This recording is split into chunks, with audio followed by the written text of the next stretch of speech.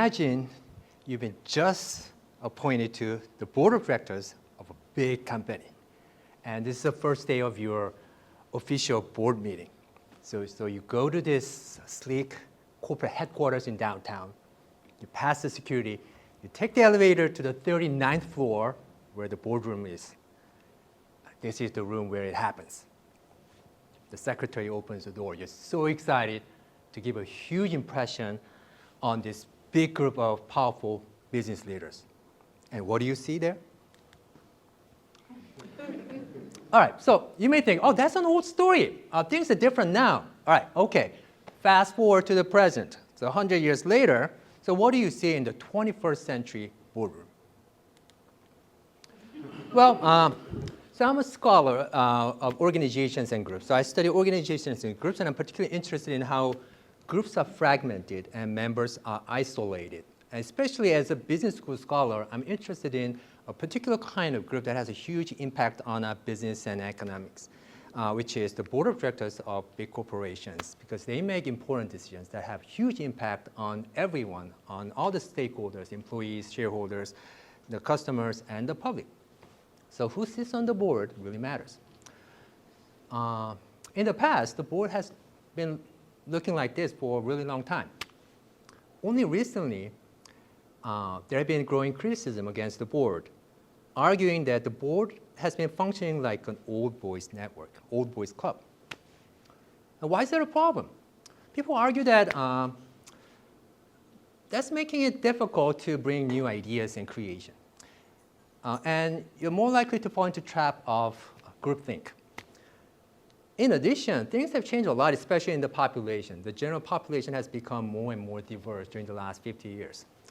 So the companies realize that it's not just the right thing to do, but it makes sense for the business to bring in new ideas and new faces to the boardroom, because that makes the business bottom line to look better.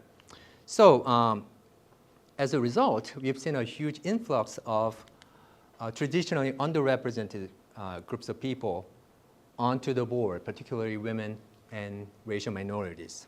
So during the last 20 years, the proportion of women sitting on the corporate boards in S&P 500 companies has grown from 15 to 35%, and racial minorities from 15 to 25%. So is there a problem with that? Well, the only issue is that a lot of companies were making these changes out of the pressure from outside. As an organizational change that is driven by the external pressure, the companies have been doing only the minimum, meaning they have appointed just 1 or 2 women and racial minorities. That's what we see in corporate boards today. So how do we look at this issue? The basic idea is that corporate boards are just like any work group. So interpersonal relationships matter. So individuals in general have a tendency to bond with people who are like ourselves. We interact more often, and we tend to have favorable ideas about people who share ideas, backgrounds, and demographics. So that creates the tendency of homophily and in-group bias. As a consequence, the group may split into informal subgroups. We may call them factions or coalitions. So that creates the division lines or fault lines within the group that may have an impact on individuals and groups. And what's the consequence on members who join? They may be excluded from the core group of people who have power and influence on core decisions of the organizations. So boards are no different. So think about the individual who recently been joining the corporate boards. So women and ethnic minorities in particular. So if you are treated as a token, that may undermine your sense of self-worth, self-confidence, your satisfaction, and ultimately your performance. And because you are subject to biases and expectations and pressures based on the stereotypical ideas of what women or ethnic minorities look like, in addition to the additional pressure and visibility as a newcomer. And what does it mean to the group as a whole? That means the board is failing to utilize all the knowledge, expertise, and experience that new members can bring, in addition to all the connections and ties that these new members can bring. As a consequence, new information and resources that these new members can bring may not be utilized in the group, undermining the potential of the group and increasing the potential that this group may experience an increased likelihood of conflict and disagreement. So I expect that companies that have an isolated member in the board may have a poorer performance compared to the companies that do not have an isolated member on the board. My next hypothesis takes another step. So remember, I said earlier that many people believe that diversity in groups may create a better business outcome. Well, the reality is a little more complicated. Research evidence shows that the relationship between diversity of the group and the performance of the group is mixed because it depends on a lot of other factors. I argue that one of the factors is really depending on how these newcomers and underrepresented members are treated in the group. Once those members are included in the group, and their potential to contribute to the group may be mitigated by the exclusion of the existing members who have power in these groups. So I expect that the company's potential to utilize the benefit of the diversity can be compromised when these members are isolated in the group. So how do we go around and study this idea? So my research team collected information on over 9,000 directors over 13 years. The challenge is to identify who exactly is being isolated on the board. That's harder than it sounds because we are looking at not just one dimension, but 3 dimensions altogether: gender, race, and age. So we use a mathematical algorithm called average silhouette width to identify the configuration of the group members that maximize the internal similarity among the members within the subgroup. That reflects the idea that individuals tend to bond with people who have similar background and demographics. So using this algorithm, we identify the members who are isolated in each group, and we replicate that process over 600 companies. So here's one example from Chevron. So Chevron has 11 board members, and this mathematical algorithm identifies 3 distinct subgroups based on the information of each member's gender, race, and age. And this algorithm identifies the 3rd subgroup where there's only a single member.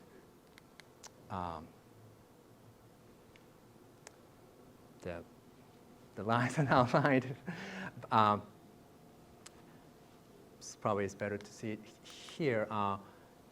Is this person here who is younger, 48-year-old black woman.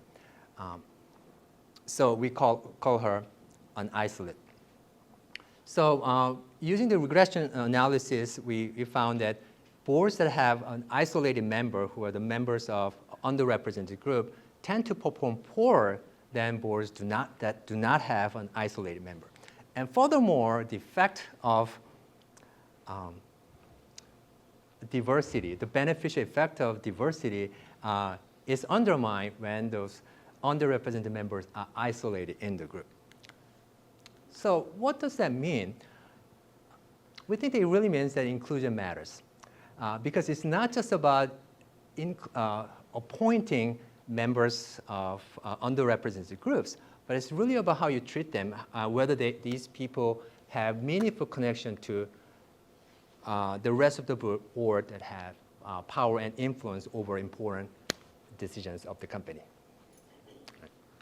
Thank you very much.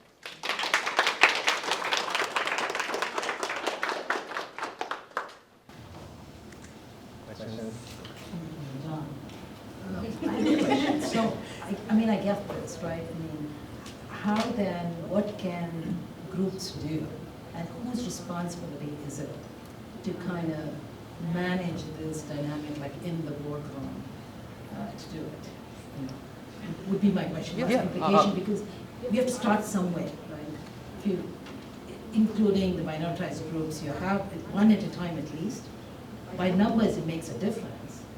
But we have to start somewhere. But at the beginning stages, when you're including a member into the group, what might be some strategies that the group can use at the top level, in the board level, and who all are responsible for that? Yeah, that's a great question. So it's not just based on one group or one type of policy, but I think there are multiple ways that the companies and organizations can arrange that. We know that board of directors have its own power structures and policies, including different kind of committees with varying levels of authorities and responsibilities. And research shows that women and minorities have been excluded from those groups and titles. That's one formal way that these people can be more integrated to the decision-making process. Also at the same time, more informal way that these people can be included in a more social and informal way to create more connections that can last and that can have an impact on actual business decisions. Yeah.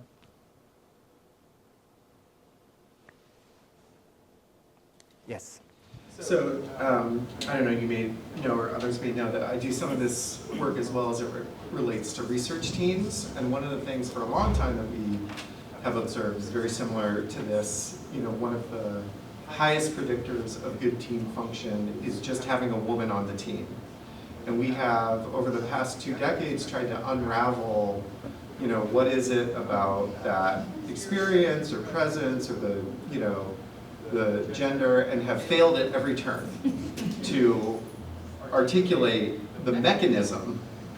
And so I guess I would sort of pose that question to you. You kind of suggested that having an isolate or having a woman, you know, can be correlated with improved board performance, which I think is probably true. Except for the other way, yeah. Not improved. Not improved? Yes, it undermines the performance. The isolation undermines the performance. Oh, okay. So I guess sort of the same question. Yeah. Why? Well, because there are various kinds of explanation from social psychology and management theories, and of course, they can explain as much, but I think a lot of things that we see here are quite consistent with the theoretical predictions. But of course, no, that doesn't necessarily mean that we can figure out what to do about it. I mean, that goes back to Jemma's question earlier, but a lot of things happening reflects a unique background of the empirical context where some of the changes were driven by external pressure, some of them from mandates and cultural and legal pressures, and at the same time, during the last 6 months or year, have been changing. It's an enormous U-turn in terms of these topics from political and legal changes. So this is very complex and important topics. I'm glad that you brought it up. I have a question that is more on the global spectrum. For example, in Italy, they have the pink quotas where both at the government level and at the board level, you have to have a certain percentage represented by women. However, there has been a lot of backlash because what might happen, there are women who not necessarily are competent who are appointed to those boards. How that translates into what you are studying? Absolutely, that's extremely relevant. So European countries and many other countries in other continents outside the U.S. have undergone a lot of legislative changes and mandates, including Italy, Norway, France, and India as well. So a lot of changes have been driven by that mandate, and they achieved a relatively high level of representation from these groups, but at the same time, there has been a lot of political and cultural backlash against the policies as well as the people who have been appointed. That research has shown that undermines their confidence and performance on the board as well. So and California also had a similar attempt, and although that was legally blocked a couple of years ago, and at the federal level, I don't see any strong movement towards that in the United States at least, but European experience is a very, very good comparison. Yes. And I'm wondering, whether you have come across some situations where things were inverted. In other words, maybe smaller companies, NGOs, service-oriented companies are actually led by women, or they have, majority women. And maybe some guy in there, Does that work the same way, or do you know? That's a great question. So I don't have the data, and I'm sure that it exists, probably not a numerically predominant way, but now that will give you an interesting theoretical leverage to test the idea. Is it really about the gender imbalance or racial imbalance, or is it something that is uniquely asymmetric about the power balance? Is it just of the numerical categories, or one category stronger or more powerful or more predominant than the other? So that's a great comment. Exactly. And can I just make a quick comment? I'm actually a psychologist, and I haven't heard such beautiful, creative, primarily psychologically based and rooted ideas, theories, and talks in a very long time from all the speakers. So really, thank you so much.